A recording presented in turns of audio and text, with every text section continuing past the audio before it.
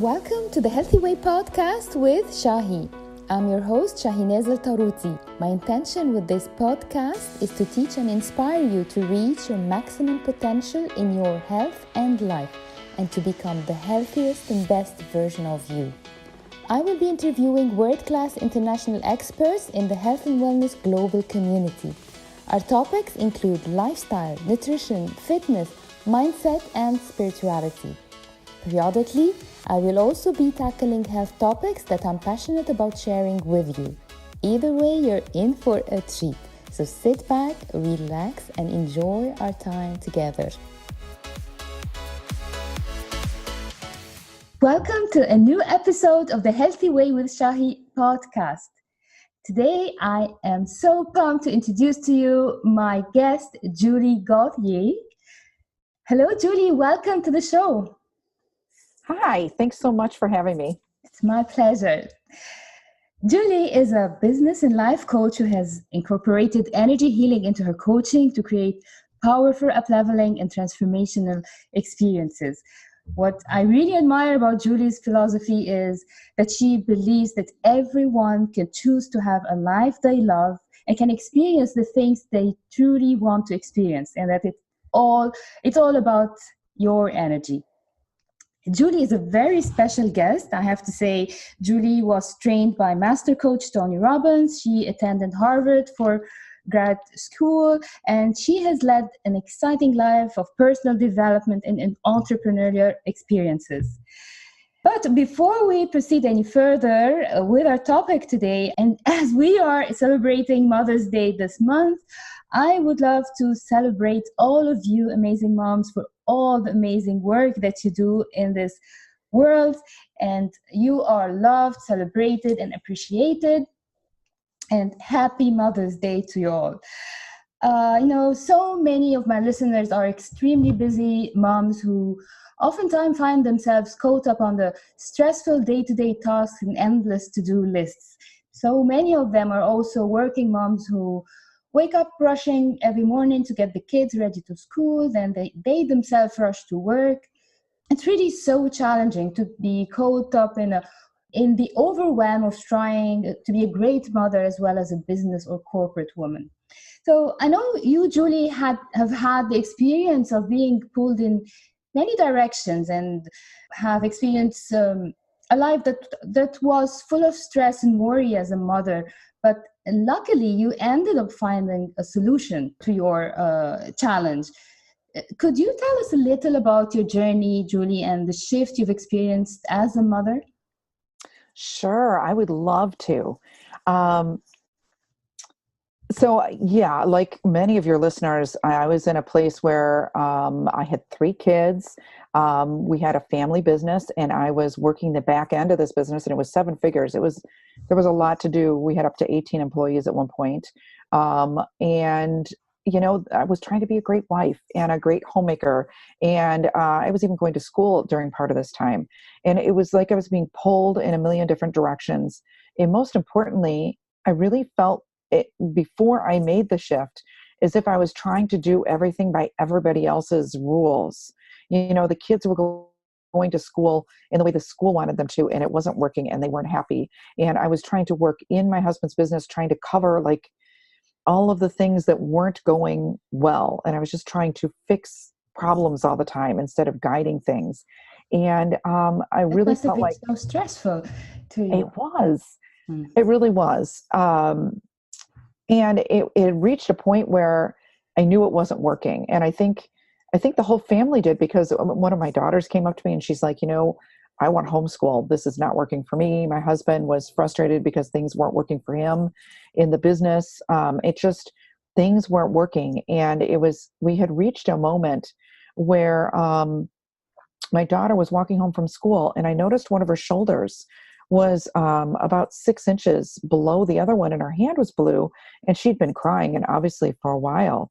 And when she got in the car, I asked her what was wrong, and her shoulder had been dislocated, and it had been in the morning. And the school, they never called us. And I was home all day. We had a baby at that point. I was home with the baby.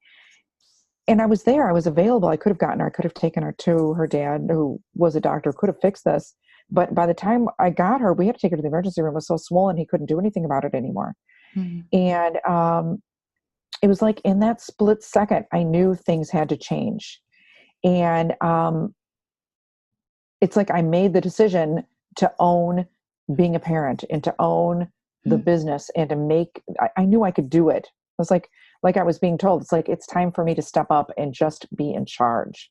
And what are the specific things you do you think made the difference for you, the specific things you did that made that shift? You know, I think the key thing is I decided to own myself and do it my way. For me, in that day, I decided to homeschool, and I'm not trying to tell your women listeners that's what they need to do, but finding out what that means to them is what is so important. For me, it meant pulling my kids out of school and schooling them myself. It also meant that I needed to move from being just someone who worked in the business and picking up the pieces to an owner of the business and making decisions, because I knew that's where my strength was. And my husband knew that's where my strength was. He was really good at being a doctor, and I was really good at the business, big picture side of things. And so I had to stop working the front desk and cleaning up messes and stuff like that, and start getting into making the big picture decisions and hiring the people I needed to hire. So the first one was really owning my strength and who I was and being okay with things. And then I think the next one, which is so important, was in that moment, I decided that whatever I was doing, whether it was being a mom or being in the office or being a wife, I was going to do it 100% or 110%. I was no longer going to be with my kids and worry about the office, or be at the office and worry about my kids. If I was in the office, I was going to be in the office and I was going to give that everything. But most importantly, when I was with my kids, I made that time that I was with them very valuable. That was, I spent time with them. You know, like even if I was cooking dinner, I had them cook dinner with me and we would talk and laugh. If I was driving in the car, I wasn't going through in my mind the different things that I needed to get done that day in the business. I was talking to them about their life and what was going on with them and sharing things with them. And it's those things, that's where the shift really happened. Yeah. And delegating. Mm-hmm. If it was about delegating even to the kids and doing it in a way where we all agreed and it felt good. It's like, you know, if you want to spend more quality time together, then you need to pick up your own things. And then we don't have to fight about it anymore. Just go do it and then we can go have fun. And same thing in the office. It's like, I don't need to be doing front desk. My skill set and my zone of genius isn't doing front desk. It's about finding someone else to do front desk who loved it, enjoyed it, and I could pay significantly lower than what I was generating in my business. And it was so worth it.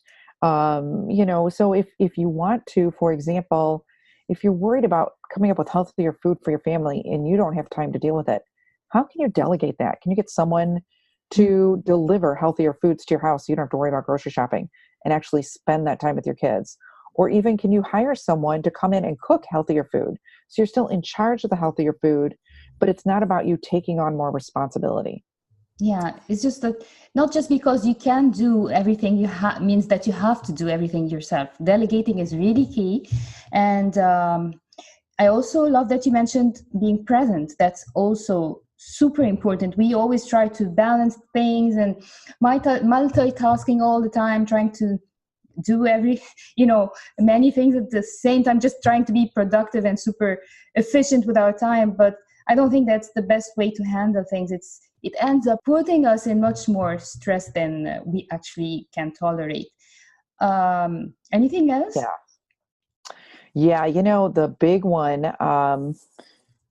the big thing, two more things actually. I read the book 7 Habits of the Highly Effective Family about that time. I love that book. Yeah. Oh, I love it. Yes, it changed everything for me. And having a clear mission statement about who I wanted to be as a parent, who I wanted to be as a mother, who I wanted to be in my career, as a wife, getting very clear mission statements. And the one that I had for how I was going to work with my kids was that they love to read, they love to learn, and became healthy, happy, contributing adults. Like I can still say that. And every time things weren't working with my kids, that came up, and it's like, wait a minute, we need to shift because that's not what's going on here. So being very clear about who you want to be. I want to be in a happy relationship with my husband where we spend time together and we're each other's support, not somebody that at the end of the day I fight with, So being very conscious of what you want in these different relationships and who you want to be, that was so crucial, because as I felt myself slip, it's like, wait a minute, that's not what I want. Yeah, that's very inspiring, really. You just inspire me. I have to come up with the mission statement for every area of my life, really. And judging am I close or far, how far or close am I from this mission statement? It's very inspiring. Thank you for sharing this. Yes, it made a huge difference. And it's not like you're going to reach it all the time, but at least you know what it is you're trying to reach, Mm-hmm. And that is just so helpful. So helpful. When I knew things weren't working, if I went back to the mission statements, it became so much easier to get to relax and be clear again. Sure. Actually, one more thing that is so quick and easy, and it makes such a huge difference. And that's gratitude. One of the things I figured out a while ago is that, people talk a lot about you can be in two states. You can be in a fear state, which, for those of us who like to get a lot done, we call it stress and worry. But really, stress and worry comes from being in a fear state. Or we can be in a love state. And gratitude is a way to express being in that love state. And if you think about it, actually, it's a fact. You can't be in stress and grateful at the same time. So if you go into the gratitude, it's all the stress and the worry and the fear and those things that take you away from being present and being who you want to be and doing the things that you want to do for your family and for yourself. Getting into the gratitude will help that kind of fade away.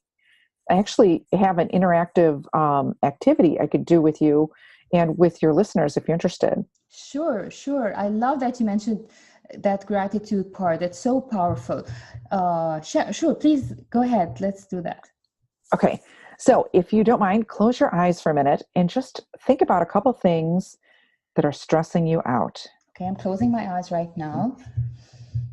And all of your listeners, go ahead and do it too. Mm-hmm. It doesn't have to do with money, or maybe you're not getting enough stuff done. Is it something you want to get done for your kids or for your family or your husband and you just don't have time? Are there too many things on your to-do list and you don't know how you're going to get it all done? What are the big stresses in your life right now? And just kind of feel it in your body. And don't worry, I'll get you out of it when we're done here. Now, when you feel it in your body, does your body feel heavy or does it feel light? And each one of you can answer this for yourself. Do you feel like the energy of your body is being drawn in and tight, or does it feel loose and flowy? Do you feel like you're weighted down and heavy, or do you feel light and floaty and connected? Mm-hmm. And do you feel connected with other people, or do you feel like you're alone in this? And here's the thing, I've done this on stage. I've done this where I've talked to large groups of people in webinars and stuff like that. And when I'm in a place where people can answer this, the answers are the same. They're feeling heavy. They're feeling tight. They're feeling alone. They're feeling like their world is dark and tight. Now, shake it off, just shake your hands. Mm-hmm. And I want you to think about something you're super grateful for. Just something small that happened this week. Like, I'm super grateful you invited me to be on here. It makes me smile. Thank you. So think of something and just link it in, something you feel grateful for this week. I'm so grateful you're my host today. You're my guest today. Yeah. Okay. Well, thank you. Now, let's stack that and add, like, maybe when your children were born and how grateful you are for your children in that moment. Or maybe the moment you fell in love or you got a promotion at work. Stack those things and bring them in, and now feel it in your body and how that feels. Do you feel light and airy, or do you feel like heavy and drawn down? Do you feel tight and constricted, or more open and flowy? Does your body feel like stressed and tight, or does it feel more relaxed? And most importantly, do you feel like you're alone, or do you feel like you're connected with everyone and the energy of the world and connected in general? And that's just it. When I do this in front of a group of people, when they get into this place of being grateful, they feel connected to other people. They feel connected to their family. They feel light. They feel relaxed. And this is where those beautiful relationships with your kids and your spouse, and even in your work, this is where all that comes from. Julie, that's so powerful. That's so powerful. Is this the end of the exercise, or we still? Yeah, that's the end of the exercise. I can totally tell the difference of energy. That's so powerful. I mean, there's so much difference when you think of things that you are grateful for and things that stress you out. Yes. Yes. It's, I have in the past few years gone through some challenging times, and I know that when I can get into the grateful, several times a day, or even when things start being stressful for me, I get into that place of being grateful, and everything relaxes, and I know everything will be fine, It's quite such an easy exercise. I mean, everyone can do that, like anytime during the day, whenever they feel stressed. It's a technique to use and to get out of the stress just by focusing on the things that you're grateful for. So it's very, very easy to practice. Yes. I mean, that's a very practical exercise. By the end of the episode, I always love to ask my guests to provide a practical solution. You just gave us a very practical solution, but I wonder if you have any more practical tips that you have for again, busy moms who are out there listening to us and who want to release their daily stress. Yes. Okay. So the first one, and I brought this up before, is be present wherever you are. Just be there. Like, take a moment and just look around you. Look at who you're with and what's in the room, or if you're outside, what is the weather like? Is it raining? Is it sunny? Is it snowing? Is it warm? Is it cold? And just be really present in the moment, and bring that presentness into your relationships with your kids or your work or your husband or wherever you are in that moment. Just be 100% present. And it can take you a split second, especially when you start practicing it, just a split second to get into that place. And, this life, everything in this life is happening for us, not to us. And when we understand that, like on a deep level, that gratitude, it kind of feeds each other. It's like you can be even grateful for the things that seem frustrating, because if it's happening for us, not to us, and we ask ourselves, here's a really practical tip. What's great about this? Let's say something happens, something happens at work and it is frustrating. If you get into that moment and ask, why is this happening for me and not to me? And you can figure out, oh, well, I need to grow here, or I need to make a shift, or I needed to learn this lesson. And you can bring that to that. Or if you and the kids are at odds all the time, why is this happening for us? Oh, because I need to be more present, because I need to listen, because I need to show them I love them. It's like a reminder to you that it's happening for you, not to you. And then from that place, you can be grateful that it happened. So when it comes to being grateful, the big practical tip is, first thing in the morning, wake up and just look around and just be in that grateful place for like 30 seconds or a minute or two. And then if you have time before you go to sleep tonight, have a notebook and pick one thing you're grateful for, like your child, and write 5 things about them that you're grateful for about them. And that really deepens that. You can write 5 things you're grateful for that are all over the place. But if you pick one person or one event or one thing that you're grateful for and go deeper, you'll feel it deeper in your body. And then when you sleep, you'll dream about it. And the gratitude will just be more in your system when you wake up in the morning. That's truly magical, really, Julie. I mean, I would like to thank you so much for all the valuable information that you told us today and that you reminded us of today. That was so helpful. I'm truly, truly grateful for having you today. And before we end, how would you like people to learn more from you? How they get in touch with you if you'd like to learn more from what you have to share? And also, if you can tell us about your 30-day gratitude challenge. Yes, yes. So I have three main places you can find me. I have a website. It's juligauthier.com, JuliGauthier.com. Or I'm also on Facebook. I have a business page and a personal page. Find me on there. I drop things in there all the time about this kind of stuff.